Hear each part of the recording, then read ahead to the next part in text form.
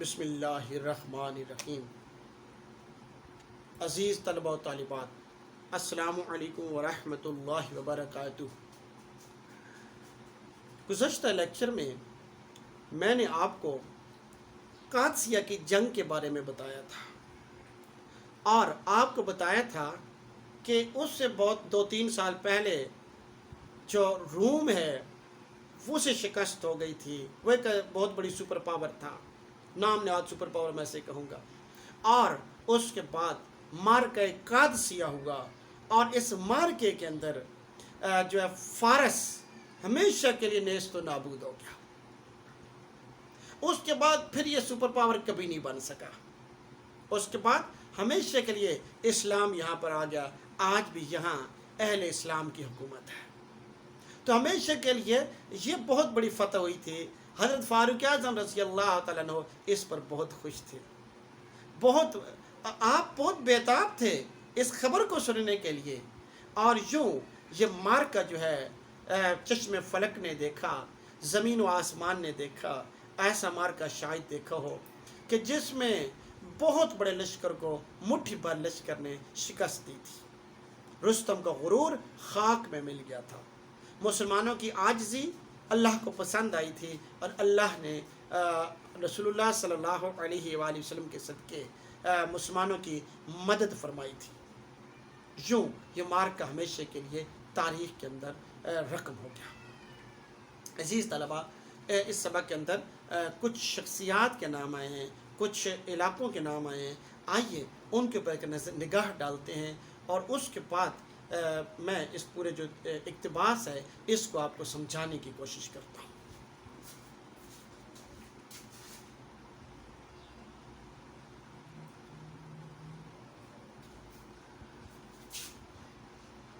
جی دیکھیں، دمشق اس کے اندر آیا ہے، شام کا صدر مقام 635 عیسوی میں حضرت خالد رضی اللہ تعالیٰ عنہ بن ولید نے فتح کیا۔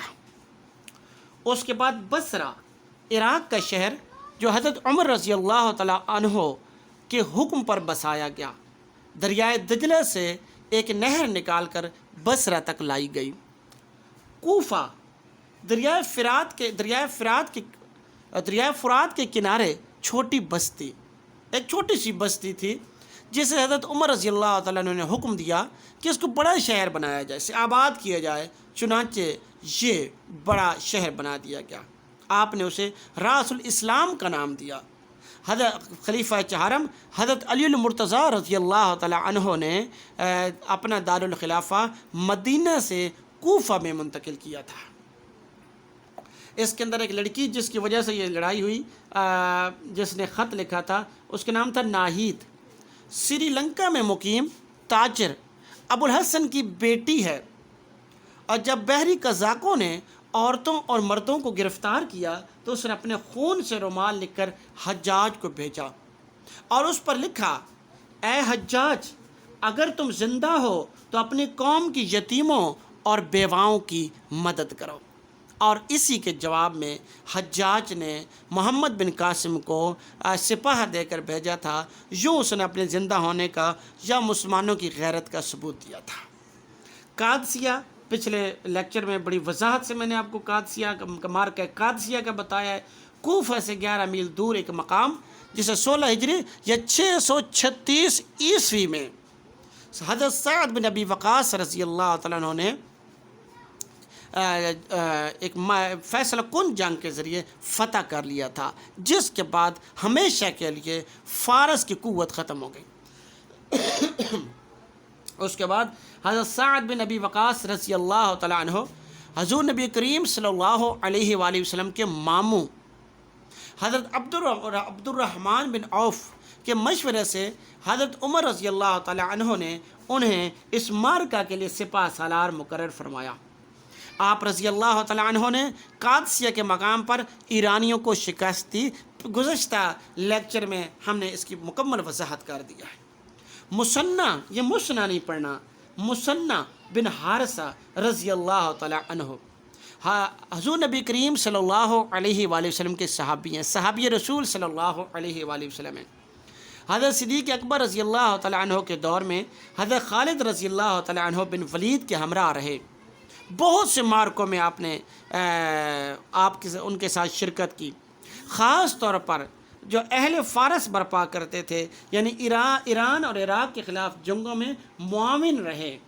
اب بہت سی جنگوں میں حضرت مثنى بن حارثہ رضی اللہ تعالیٰ عنہ جو ہیں وہ حضرت خالد بن ولید رضی اللہ تعالیٰ عنہ کے ساتھ شریک رہے، اور آپ قبیلہ شعبان کے فرزند تھے۔ اور ایک دن نبی کریم صلی اللہ علیہ وآلہ وسلم مدینہ سے باہر نکلے حضرت صدیق اکبر رضی اللہ تعالیٰ عنہ کے ساتھ، تو وہاں کچھ افراد بیٹھے ہوئے تھے، آپ نے انہیں اسلام کی دعوت دی، اور آپ نے انہیں بتایا کہ میں اللہ کا رسول ہوں، اور قرآن پاک کی آیات کی جو ہے آیات سنائی، جو عرب تھے وہ سمجھ گئے، فرسوق کو وہ آیات کا جو ترجمہ تھا بڑا پسند آیا، اور حضرت مثنى بن حارثہ رضی اللہ تعالیٰ عنہ کی طرف اس نے اشارہ کیا اور کہا کہ یہ کچھ کہنا چاہتے ہیں۔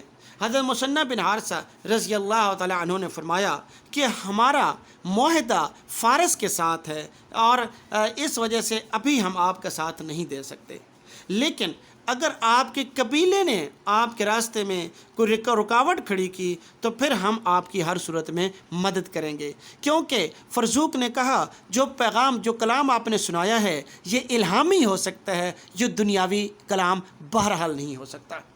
بعد کے حضرت حضور نبی کریم صلی اللہ علیہ وآلہ وسلم نے فرمایا کہ فارس کے فتح ہونے کے بارے میں آپ نے کچھ کلمات ادا کیے، جس پر یہ سارے لوگ انتہائی حیرت کے ساتھ دیکھنے لگ گئے، اور انہوں نے کہا کہ کیا ایسا ہوگا؟ بہرحال بعد کے زمانہ میں مثنى بن حارثہ رضی اللہ تعالیٰ عنہ مسلمان ہوئے اور صحابی رسول بن گئے، اور انہوں نے حضرت صدیق اکبر رضی اللہ تعالیٰ عنہ کے دور میں، اور پھر حضرت فاروق اعظم رضی اللہ تعالیٰ عنہ کے دور میں داد شجاعت دی، آپ بڑی دلیری کے ساتھ لڑتے رہے، اور آپ بڑے شجاع تھے، بڑے دلیر تھے، بڑے خوبصورت جوان تھے۔ ایک اور لفظ آیا حجاج بن یوسف کے بارے میں نے بڑی وضاحت سے ایک لیکچر میں آپ کو بتا دیا، شاید شروع کا لیکچر تھا۔ مکران بلوچستان کا ایک علاقہ ہے، اس کے بعد ہے دیپل ایک مشہور تاریخی بندرگاہ ہے، جو بندرگاہ تھی جو کراچی سے 37 میل کے فاصلے پر بھمبور کے مقام پر تھی۔ یہ بڑی اہم بندرگاہ تھی۔ تو عزیز طلبہ، میں نے آپ کو کچھ چیزیں بتانے کی کوشش کی ہے، امید ہے آپ کو سمجھ آ گئی ہوں گی۔ اس کے بعد